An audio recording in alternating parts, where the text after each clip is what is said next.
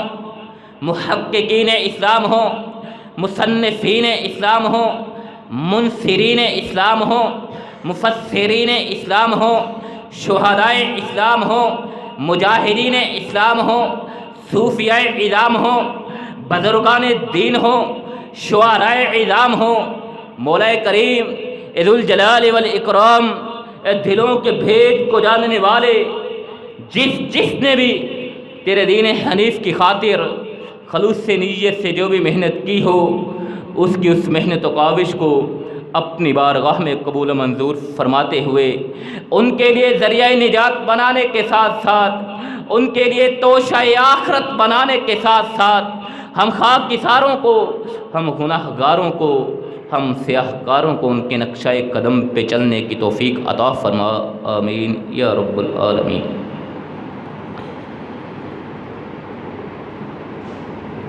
حضرات سامعین مکرم، حمد و ثنا کے بعد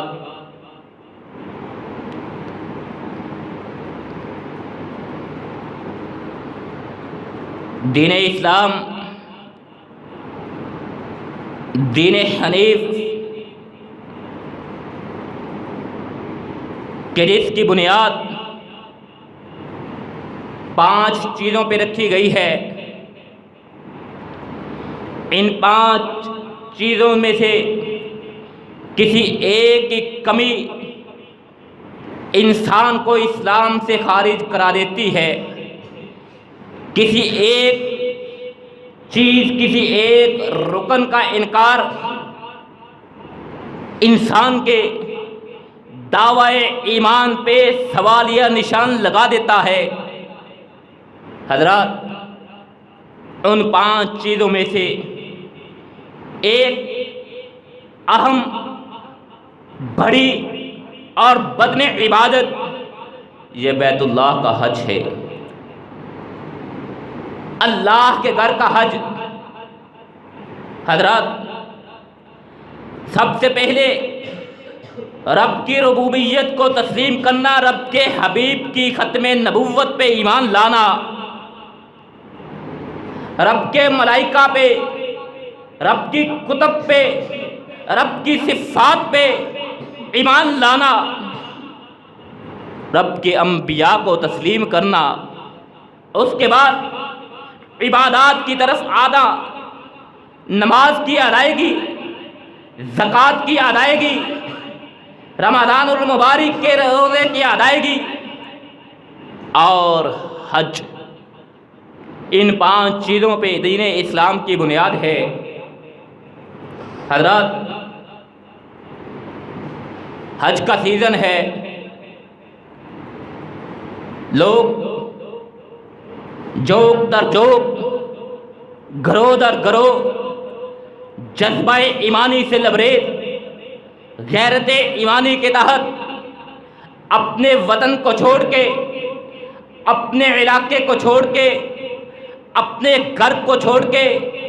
اپنے عزیز و اقارب کو چھوڑ کے، اپنے پیارے رشتہ داروں کو چھوڑ کے، اپنے کاروبار تجارت کو چھوڑ کے، اپنی ملازمت کی پیچیدگیوں کو پسے پشت ڈال کے جذبہ ایمانی کے تحت لبیک اللہم لبیک لبیک لا شریک لک لبیک پکارتے ہوئے بیت اللہ کی طرف عازم سفر ہے۔ حج کے لیے سفر رکھتے سفر باندھے بیٹھے ہیں، حج کی روانگی شروع ہے۔ ذوالجلال والاکرام سے دعا کرتے ہیں، جو لوگ، جو مسلمان، جو موحدین اس مرتبہ، اس سال بیت اللہ کا حج کرنے جا رہے ہیں یا وہاں پہنچ چکے ہیں، اللہ ذوالجلال والاکرام ان کی حفاظت فرمائے، سفری مشکلات ان کے لیے آسان فرمائے، حج جیسی عظیم عبادت صحت و سلامتی کے ساتھ سر انجام دینے کی توفیق عطا فرمائے۔ اللہ ذوالجلال والاکرام اس عبادت کو ان کے لیے ذریعہ نجات بنائے، اس عبادت کو ان کے گناہوں کے لیے کفارہ بنائے، گناہوں کو مٹانے کا باعث بنائے۔ اللہ ذوالجلال والاکرام سے اس کے ساتھ یہ بھی دعا کرتے ہیں، مولا کریم ذوالجلال والاکرام آئندہ آنے والے سالوں میں، آئندہ آنے والے ایام میں ہمیں بھی یہ موقع عطا فرما، ہم بھی بیت اللہ کی زیارت کر سکے، ہمیں بھی یہ سعادت عطا فرما،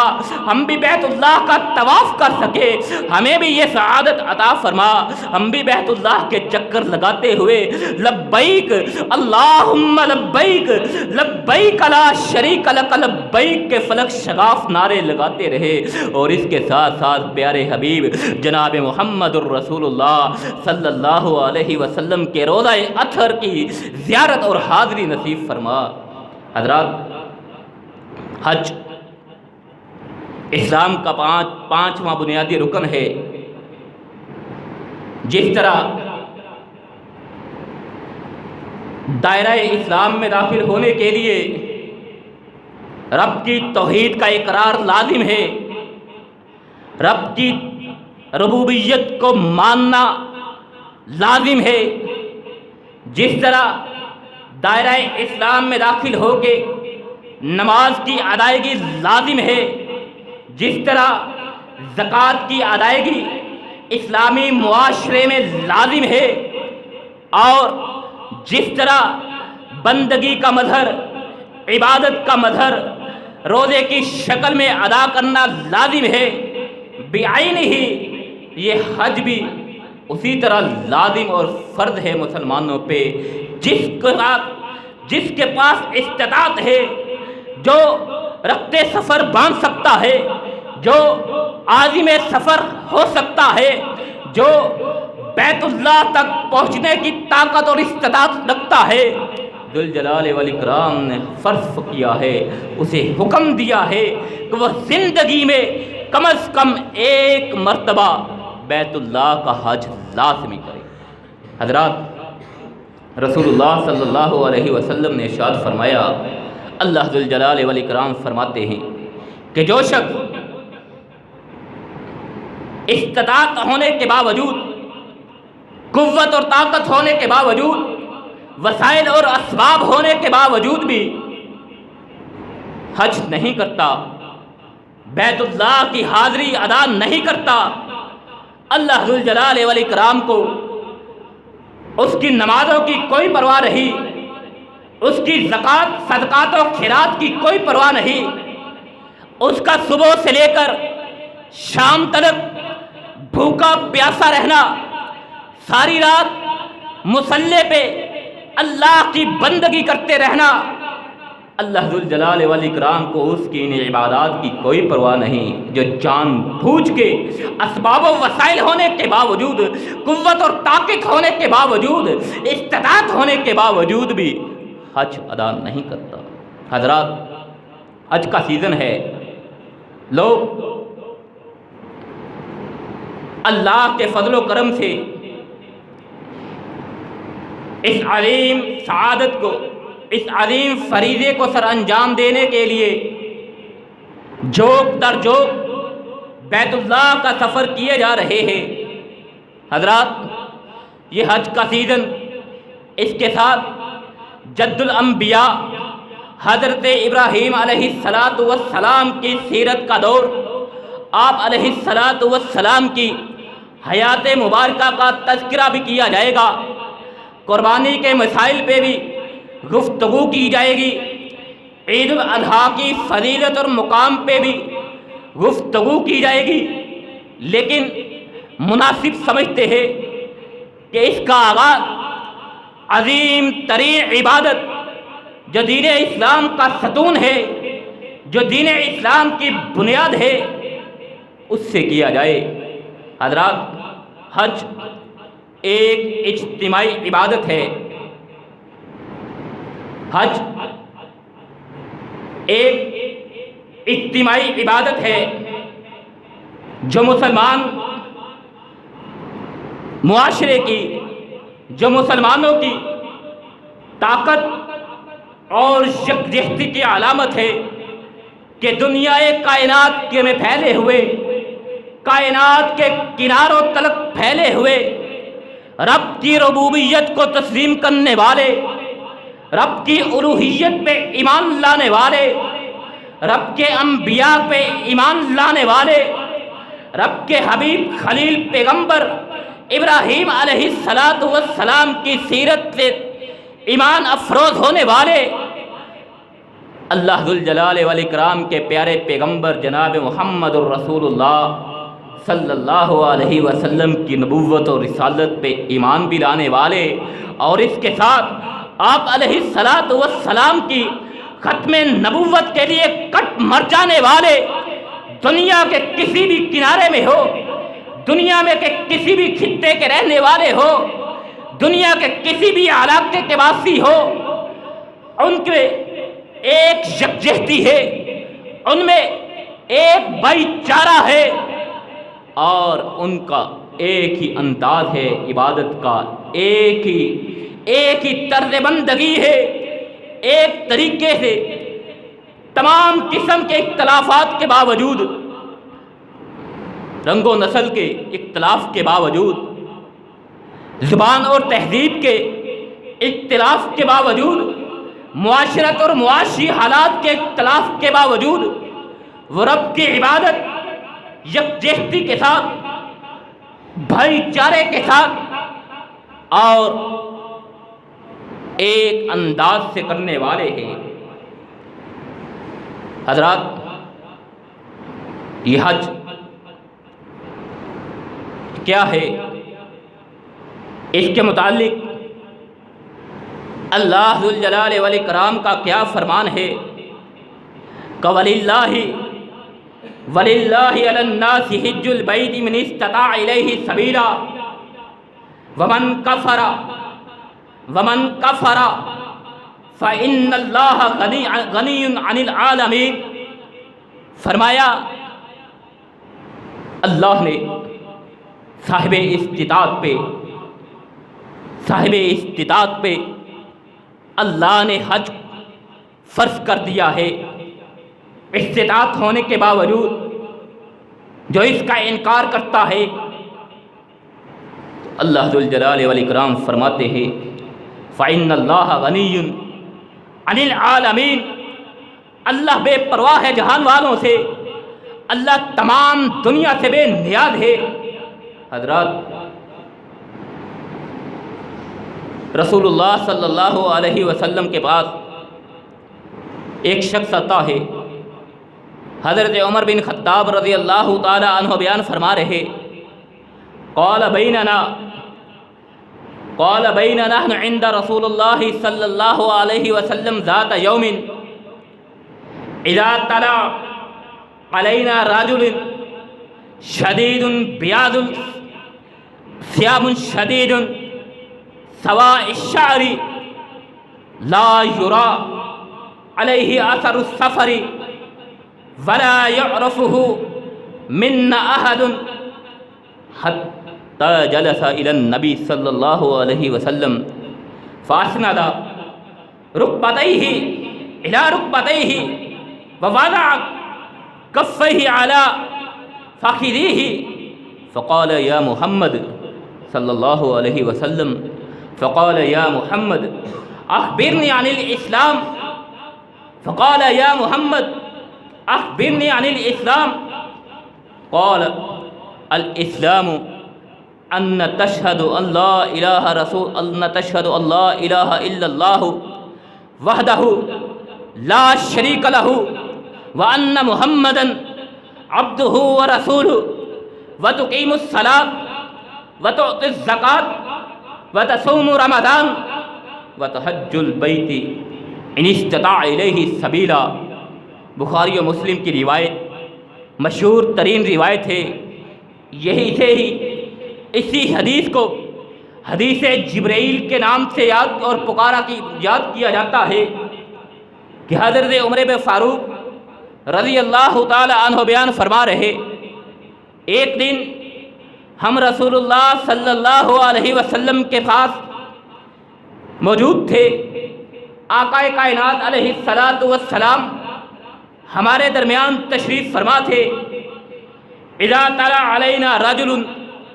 ایسے میں ایک ایسا شخص آتا ہے، شدید بیاض، کہ جو پراگندہ حال تھا، ثیاب شدید سواء الشعر، اور گھنے بالوں والا تھا، فاسند لا یرا علیہ اثر، لا یرا علیہ اثر السفر، اور اس کے چہرے پہ سفر کے کوئی اثرات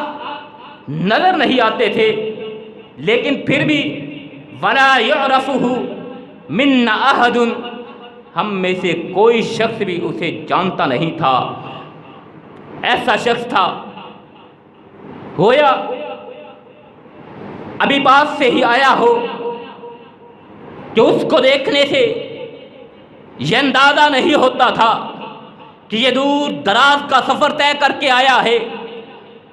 بلکہ نہ ہی اس کے چہرے پہ سفر کے اثرات تھے، نہ ہی اس کے وجود پہ سفر کی بدولت تھکاوٹ کے آثار تھے۔ حشاش بشاش ہے، آ کے رسول اللہ صلی اللہ علیہ وسلم کے سامنے بیٹھ جاتا ہے، اپنے ہاتھوں کو رسول اللہ علیہ السلام کی ہتھیلی پہ رکھتا ہے، آپ کی گود میں رکھتا ہے، آپ علیہ السلام کو مخاطب کرتا، قال یا محمد صلی اللہ علیہ وسلم، پیارے پیغمبر جناب محمد الرسول اللہ صلی اللہ علیہ وسلم، اخبرنی عن الاسلام، مجھے اسلام کے متعلق تعلیمات بتلائیے، مجھے اسلام کے احکامات بتلائیے، مجھے بتلائیے اسلام کیا ہے، اسلام کیسا ضابطہ حیات ہے، اسلام کیسا نظریہ حیات ہے، اسلام کیسا طرز زندگی ہے۔ اخبرنی عن الاسلام، قال الاسلام ان تشہد اللہ الہ الا اللہ وان محمد عبدہ ورسولہ، اسلام یہ ہے کہ تو اللہ کی ربوبیت کو تسلیم کرے، تو یہ گواہی دے کہ اللہ کے سوا کوئی معبود نہیں ہے، وہی خالق حقیقی ہے، اور محمد الرسول اللہ صلی اللہ علیہ وسلم اللہ کے رسول اور بندے ہیں۔ وتقیم الصلاۃ، اور نماز ادا کرنا، وتؤتی الزکوٰۃ، زکوٰۃ ادا کرنا، وتصوم رمضان، رمضان المبارک کے روزے رکھنا، وتحج البیت ان استطاع الیہ سبیلا، اور جو اللہ کے گھر کی طرف سفر کر سکتا ہے، جو اللہ کے گھر کی طرف پہنچنے کی قوت اور طاقت رکھتا ہے، اس پہ حج فرض ہے۔ کس طرح؟ وَأَذِّن فِي النَّاسِ بِالْحَجِّ يَأْتُوكَ رِجَالًا وَعَلَىٰ كُلِّ ضَامِرٍ يَأْتِينَ مِنْ كُلِّ فَجٍّ عَمِيقٍ، کہ اللہ ذوالجلال والاکرام سورہ حج میں رسول اللہ صلی اللہ علیہ وسلم کو فرما رہے ہیں، وَأَذِّن فِي النَّاسِ بِالْحَجِّ، کہ آپ لوگوں کے درمیان حج کی منادی کر دیجئے، حج کا اعلان کر دیجئے، یأتوک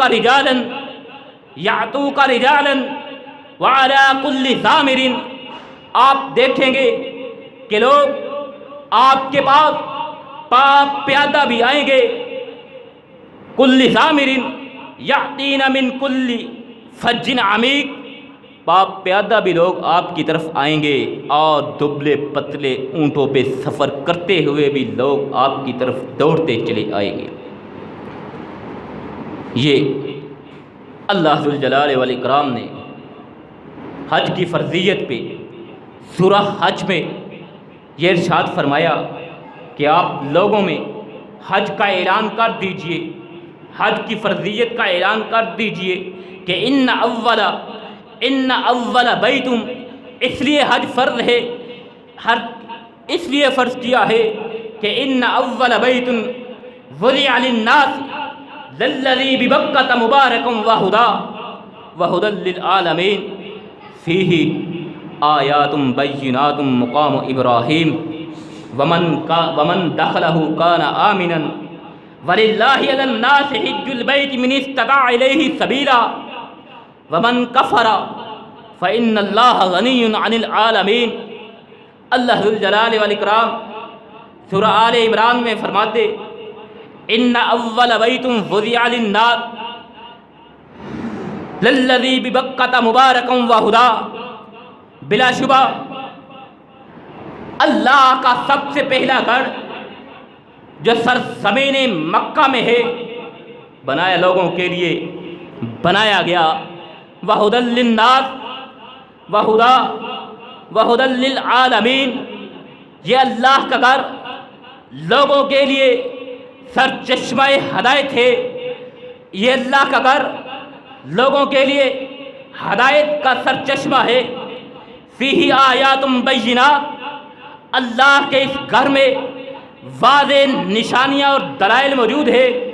مقام ابراہیم کی صورت میں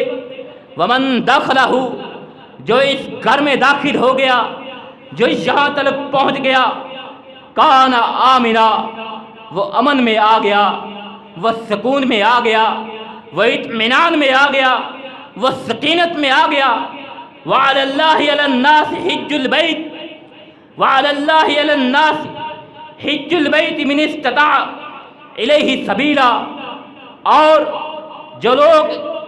اللہ کے گھر کی طرف پہنچنے کی قوت اور طاقت رکھتے ہو، جو لوگ اللہ کے گھر پہنچنے کی استطاعت رکھتے ہو، اللہ نے ان پہ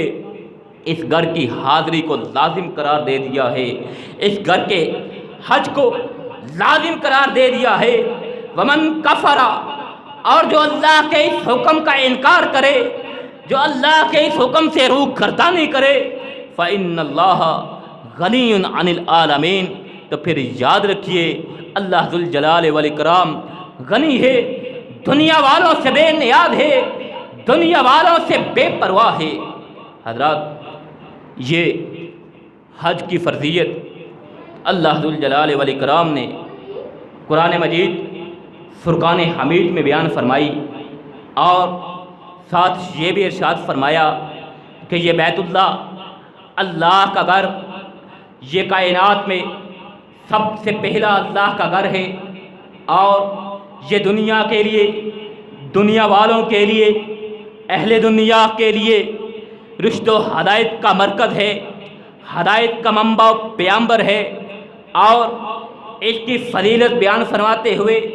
فرمایا جو اس گھر تک پہنچ گیا، جو یہاں پہ آ گیا، کان آمنا، وہ امن میں آ گیا، وہ سلامتی میں آ گیا، وہ سکینت میں آ گیا۔ حضرات، اس کے ساتھ اللہ نے پھر حکم دیا کہ جو اللہ کے گھر، اس گھر پہنچنے کی قوت رکھتا ہے، اس پہ یہ لازم ہے، اس کے ایمان کا تقاضا ہے کہ وہ یہاں پہ لازم آئے، یہاں کی حاضری کو یقینی بنائے، اس کی ادائیگی کو یقینی طور پہ بجا لائے۔ اور فرمایا کہ جو جان بوجھ کے اللہ کے حکم کی نافرمانی کرے، جو استطاعت ہونے کے باوجود، قوت اور طاقت ہونے کے باوجود، اسباب و وسائل ہونے کے باوجود، صحت اور تندرستی ہونے کے باوجود، اور کسی قسم کی رکاوٹ کے نہ ہونے کے باوجود بھی اللہ کے گھر کی حاضری نہیں ادا کرتا، بیت اللہ کا حج ادا نہیں کرتا، اللہ ذو الجلال والاکرام فرماتے ہیں پھر اللہ بے پرواہ ہے ایسے لوگوں سے، اللہ غنی ہے، اللہ کو ان کی کوئی پرواہ نہیں ہے، وہ نمازیں ادا کرتے رہے، اللہ کو ان کی کوئی پرواہ نہیں ہے، وہ زکوٰۃ تو کیا صدقات و خیرات بھی ادا کرتے رہے، اللہ کو ان کے رکھے ہوئے روزوں کی کوئی پرواہ نہیں ہے، اللہ کو کوئی پرواہ نہیں، وہ صبح سے لے کر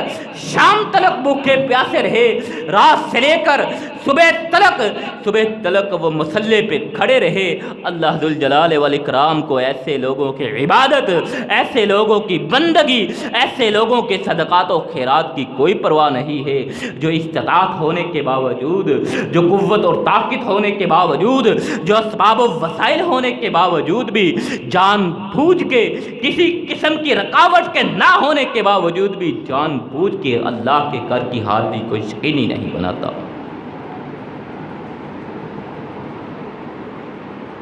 حضرات،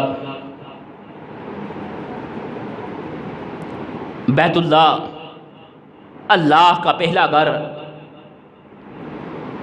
اس کی حاضری اللہ نے لازم قرار دی، اور بلا شبہ یہ سعادت کی بات ہوتی ہے، یہ نصیبے کی بات ہوتی ہے، یہ قسمت اور مقدر کی بات ہوتی ہے کہ اللہ ذوالجلال والاکرام کو، اللہ ذوالجلال والاکرام مقدر والوں کو، قسمت والوں کو، نصیبے والوں کو، ایمان کی غیرت والوں کو، ایمانی جذبہ سے سرشار رہنے والوں کو اس گھر کی حاضری و سعادت نصیب فرماتے ہیں۔ اس گھر کے پہنچ کے جہاں پہ انسان امن میں آ جاتا ہے، سلامتی میں آ جاتا ہے، وہیں پہ اللہ ذوالجلال والاکرام فرماتے ہیں اس گھر میں آگے ہو، اب اللہ کی بندگی کرو۔ وہی بندگی کا انداز،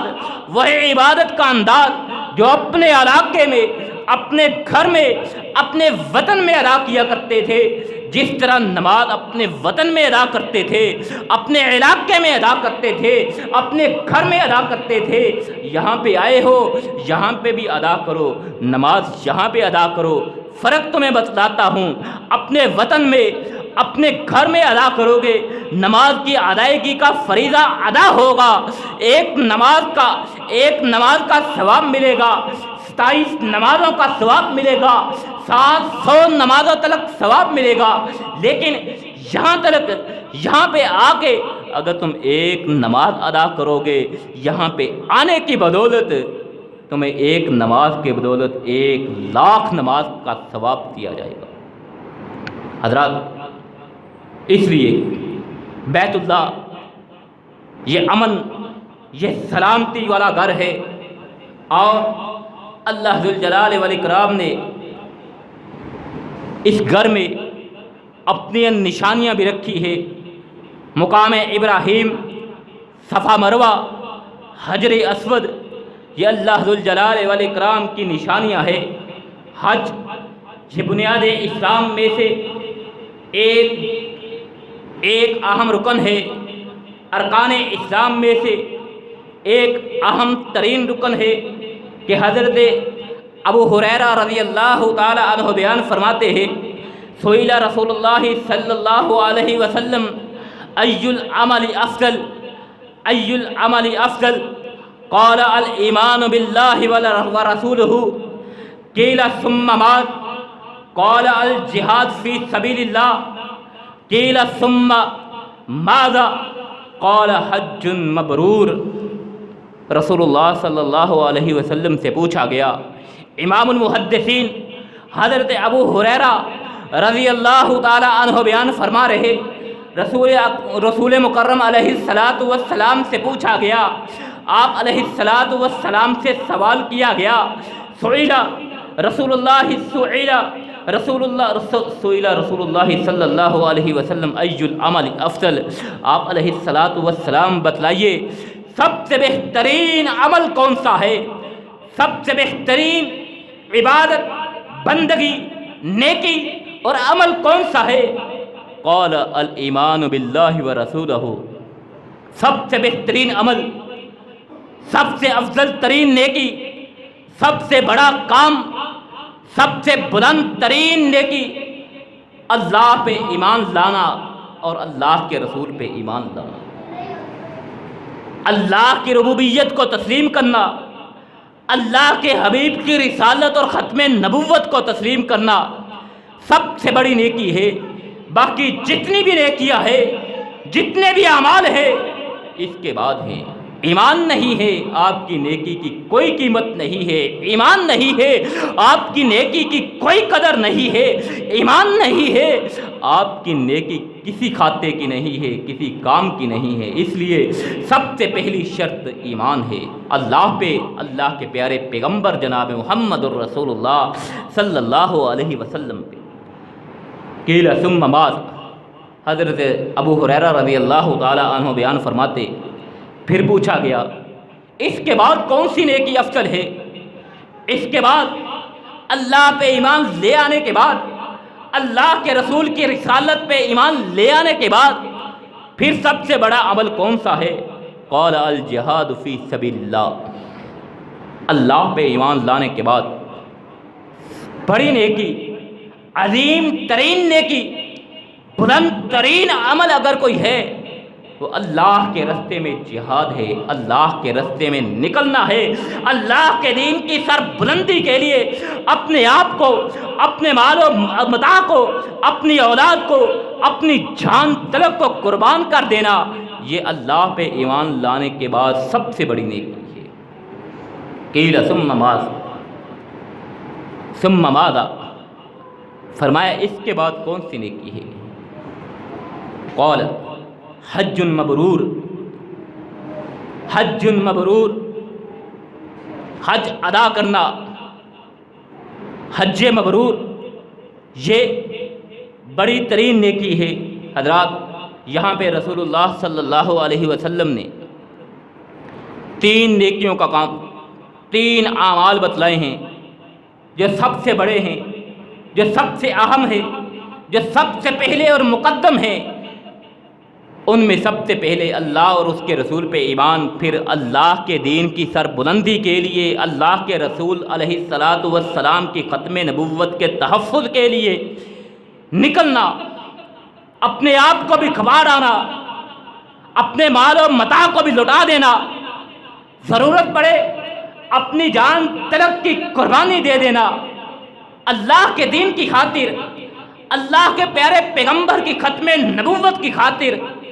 آپ کا مال جاتا ہے اس کی پرواہ نہ کیجئے، آپ کی جان جاتی ہے اس کی بھی پرواہ نہ کیجئے، کہ جس نے جان دی ہے اسی کے، جس نے جان دی ہے اسی کے ایمان کی خاطر اگر جان نکل جائے تو اس سے بڑھ کے سعادت اور کیا ہو سکتی ہے۔ اس لیے دوسری جہاد، پھر حج مبرور، کہ رسول اللہ صلی اللہ علیہ وسلم نے ایک اور مقام پہ ارشاد فرمایا،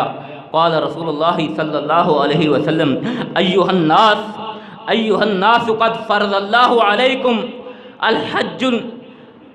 قد فرض اللہ علیکم حج فحجوا۔ رسول اللہ صلی اللہ علیہ وسلم فرماتے ہیں لوگو، یا ایھا الناس، اے لوگو، قد فرض اللہ علیک، قد فرض اللہ علیکم الحج، تم پہ لوگوں نے، تم پہ اللہ نے حج فرض کیا ہے۔ اے لوگو تم پہ اللہ نے حج فرض کر دیا ہے، فحجو، اس لیے تمہیں چاہیے کہ اس کی ادائیگی کرو، اس فرض کو ادا کرو، حج ادا کرو۔ حضرات یہ رسول اللہ صلی اللہ علیہ وسلم کی تعلیمات، یہ رسول اللہ صلی اللہ علیہ وسلم کے احکامات، یہ اللہ ذوالجلال والاکرام کے فرامین، حج کی فرضیت کے متعلق، حج کی اہمیت کے متعلق، اور ساتھ رسول اللہ صلی اللہ علیہ وسلم نے یہ ارشاد فرمایا، اللہ نے تم پہ حج فرض کیا ہے، تم اللہ کے حکم کو ادا کرتے ہو، اللہ کے حکم پہ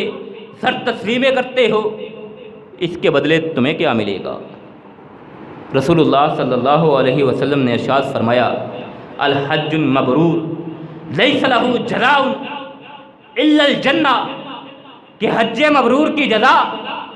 حج مبرور کا بدلہ کم از کم اگر کوئی ہے تو وہ بھی اللہ کی جنت ہے۔ حج مبرور کی جزا، حج مبرور کا بدلہ اللہ کی جنت کے سوا کوئی بھی نہیں ہے،